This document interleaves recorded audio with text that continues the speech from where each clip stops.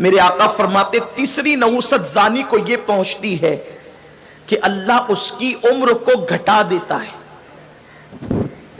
لوگ سوچتے تھے پہلے کہ عمر کیسے گھٹتی ہے زنا کی وجہ سے، لیکن ایڈز کے مرض نے بتا دیا کہ جس کو وہ مرض ہوتا ہے عام طور پر 6 مہینے کے اندر انسان دنیا سے چلنے کی تیاری کرنے لگتا ہے۔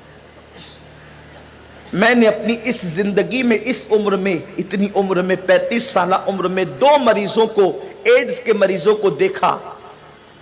میں نے ان کو اس حالت میں مرتے دیکھا کہ جب وہ قے کرتے تھے تو ان کے منہ سے پاخانہ نکلتا تھا۔ 2 لمحے کی لذت کے لیے انسان اپنی دنیا بھی تباہ کرتا ہے اور اپنی آخرت بھی تباہ کرتا ہے۔ ہمارے نوجوان یہ تصور کرتے ہیں ہم زنا کر رہے ہیں تو اس سے کیا ہوگا، کون کیا کر لے گا۔ سن لو، صادق و مصدوق نبی صلی اللہ علیہ وسلم نے 1450 سال پہلے بتا دیا، روٹی کے ٹکڑوں کو بھی ترس جاؤ گے اور زندگی بھی کم ہو جائے گی، زندگی بھی مختصر ہو جائے گی، جوانی کی بہاریں نہ دیکھ سکو گے اگر اس فعل بد کے اندر مبتلا ہوئے۔ اور میرے آقا صلی اللہ علیہ وسلم نے تو یہاں تک فرمایا، ذرا دل پر ہاتھ رکھ کر لرزتے ہوئے دل سے میرے آقا کا یہ فرمان سن لے۔ آقا فرماتے ہیں جب کوئی زنا کرتا ہے وہ اس وقت تو مومن نہیں رہ جاتا، اس کے سینے سے ایمان نکل جاتا ہے اور اس کے سر پر چھتری کی طرح سایہ فگن ہو جاتا ہے۔ اگر اسی حالت میں اس کا انتقال ہو جائے تو وہ اللہ کی رحمت سے محروم کر دیا جاتا، بلکہ قیامت کے دن تو اللہ زانیوں پر نگاہ رحمت بھی نہیں فرمائے گا۔ اور آقا کریم صلی اللہ علیہ وآلہ وسلم فرماتے اللہ نے شرابیوں پر جنت کی خوشبو بھی حرام کی ہے اور جنت کی نعمتیں بھی حرام کی ہے۔ بڑی بلا، اتنی بڑی بلا زنا کیا ہے؟ میرے آقا فرماتے ہیں شرک کے بعد سب سے بدترین گناہ اگر کوئی ہے تو وہ زنا ہے، اور زنا کی بدبو سے کائنات بھرتی جا رہی ہے، نوجوان زنا کی طرف بڑھتے جا رہے ہیں۔ آج کل لوگ نعتوں پر پابندی لگانے کی بات کرتے ہیں، آج کل لوگ حضور کے حسن پر، حسن کے بیان کرنے پر پابندی لگانے کی بات کرتے ہیں۔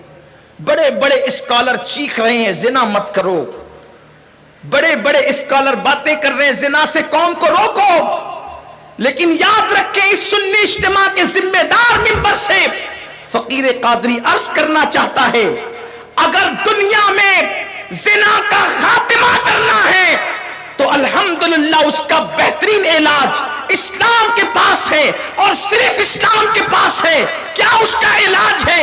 انسان کی نگاہ کسی کا حسن دیکھتی ہے اور حسن دیکھ کر پھر بہکتی ہے، نتیجتاً انسان زنا تک پہنچتا ہے۔ کسی نے کہا ہے کہ لوہے کو لوہا کاٹتا ہے، حسن کی بنیاد پر زنا کے اڈے آباد ہو رہے ہیں، حسن کی بنیاد پر انسان زناؤں کے دلدل میں گھستا جا رہا ہے، دستا جا رہا ہے۔ تو کیوں نہ ایسا ہو اس فانی حسن سے لوگوں کو بچانے کے لیے مدینے والے مصطفیٰ کے حسن کا عادی بنا دیا جائے۔ جب لوگوں کو مصطفیٰ پیارے کا حسن نصیب ہو جائے گا آنکھوں میں مدینے کے جلوے بس جائیں گے، انسان بستر پہ ہوگا مگر آنکھوں میں آمنہ کے لال کا جلوہ بستا ہوگا۔ ارے جس نے بلال کو کعبے کی چھت پہ عطا کر دیا، بلال کو کعبے کی چھت پہ کھڑا کر دیا، جس نے ابو بکر کو یہ کہنے پہ مجبور کیا، صدیق کہتے ہیں یا رسول اللہ میری تمنا تو یہ ہے آنکھیں میری ہو اور جلوہ تمہارا ہو، میں آپ کو تکتا ہی رہوں۔ آخر وہ حسن کیسا ہوگا؟ وہ حسن کیسا ہوگا؟ گار میں دیکھنے والا، گھر میں دیکھنے والا، بازار میں دیکھنے والا یہ تمنا کرتا ہے حضور تمنا یہ ہے کہ آنکھیں میری ہو اور چہرہ آپ کا ہو۔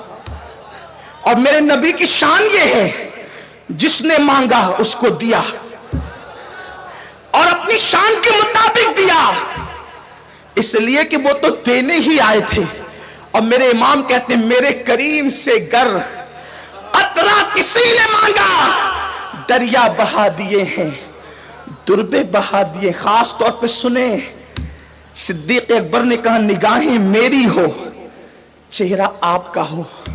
حضور نے کیسا دیا؟ آج بھی صدیق اکبر حضور کے قدموں میں سو رہے ہیں، اور حضور کے مزار جہاں میرے آقا کا سینہ اقدس ہے، میرے آقا کا جہاں سینہ ہے وہاں صدیق کا سر ہے۔ گویا کہ پہلا مزار میرے نبی کا ہے، دوسرا مزار سیدنا ابو بکر صدیق کا ہے۔ اور جب کسی کو دفن کیا جاتا ہے تو اسلامی رواج کے مطابق اس کا رخ کعبے کی طرف کیا جاتا ہے، تو گویا کہ کعبہ اس طرف ہے، حضور کا پہلا مزار کعبے سے پہلے یعنی بالکل کعبے کی طرف، اس کے بعد دوسرا مزار صدیق کا۔ تو اب صدیق کا چہرہ کدھر ہوا؟ کعبے کی طرف، یعنی کعبے سے پہلے کدھر ہوا؟ رسول اللہ کی طرف۔ نبی کی بارگاہ میں عرض کی حضور آنکھیں میری ہو اور چہرہ آپ کا ہو، تو نبی نے قدموں میں وہاں جگہ عطا فرمائی کہ آج تک گویا کہ ابو بکر میرے نبی کا جلوہ ہی دیکھ رہے ہیں، میرے نبی کا جلوہ ہی دیکھ رہے ہیں۔ اللہ اکبر۔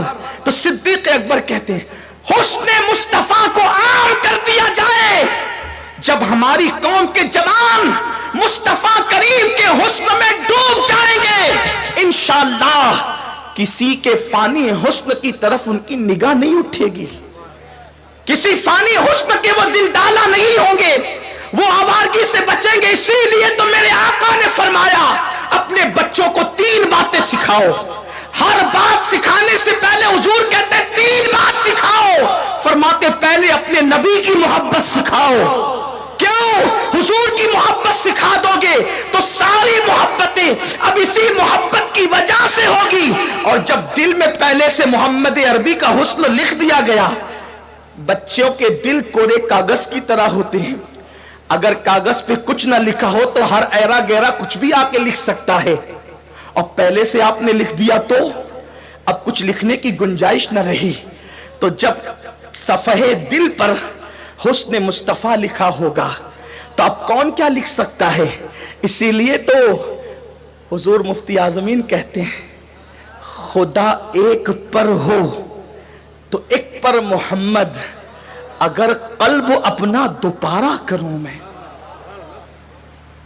صفحے دل پر مصطفیٰ جان رحمت کا نام لکھ دو، حضور کے حسن کی تحریر لکھ دو، اور پھر یہ کوئی بدعت تو نہیں ہے جب اللہ خدا ہو کر عرش پر، جنت کے دروازوں پر، کھڑکیوں پر، جنت کے درختوں کے پتوں پر جب محبوب کا نام لکھتا ہے خدا ہو کر کے، ہم امتی ہو کر دروازے دل پہ مصطفیٰ کریم کا نام لکھا، تو آخر یہ کون سی بری بات ہے؟ اور خدا کی قسم جس دل کے اندر ان کا نام ہو، تو میرے امام کہتے ہیں یہ اگرچہ شعر منقبت کا ہے لیکن میں اس کو نعت میں پڑھ رہا ہوں، دل پہ کندہ ہو تیرا نام کہ وہ دشت رجیم، دل پہ کندہ ہو تیرا نام کہ وہ دشت رجیم، الٹے ہی پاؤں پھرے دیکھ کے تغرا تیرا۔